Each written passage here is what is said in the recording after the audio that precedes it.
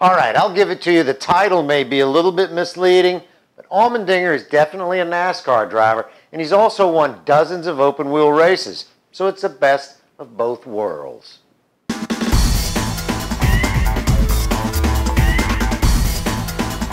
I'm Michele Rahal with Motorsports Unplugged. This Monday morning racing report is brought to you by White Cloud Electronic Cigarettes.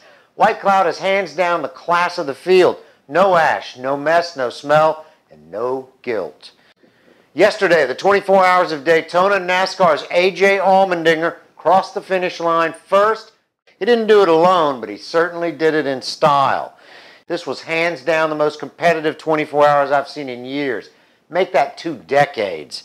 Drivers with deep talent came from all over the world to see who had what at this sports car classic, and an American team with an American driver crossed the finish line first.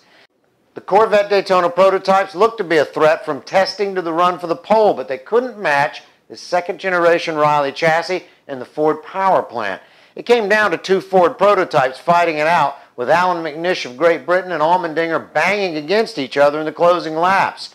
The Ford of Star Works had damage in the rear from a previous off-road excursion, and ultimately Ryan Dahl couldn't keep the straight line speed of Allmendinger. In the GT class, it was Andy Lally in a Porsche. Lally is an experienced road racer, but he is also a NASCAR regular. Lally is also a 3-time Grand Am champion. Don't forget that every Sunday morning from 7 to 9 Eastern Standard Time, you can catch me and Rob D'Amico on Race Day on Fox Sports Radio on over 250 Fox affiliates. Rick Hendrick says that the Phoenix number 51 racing car driven by Kurt Busch is not a satellite team. He apparently snapped that answer back at a reporter.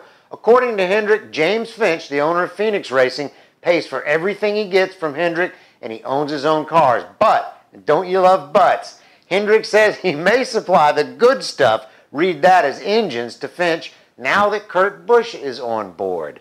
The IndyCars return to Sebring this week for more testing, and Rubens Barrichello from Formula One will test with KV Racing. No word yet on how serious the excursion may be, but my bet is that if Barrichello performs well and is comfortable in the car, he'll be in an IndyCar at St. Petersburg. Formula One's testing begins at Jerez, Spain on February the 7th, and the NHRA season kicks off in Pomona on February the 9th. That's it for the Monday morning racing report. For Motorsports Unplugged and White Cloud Electronic Cigarettes, I'm Michele Rahal. I'll see you on Wednesday.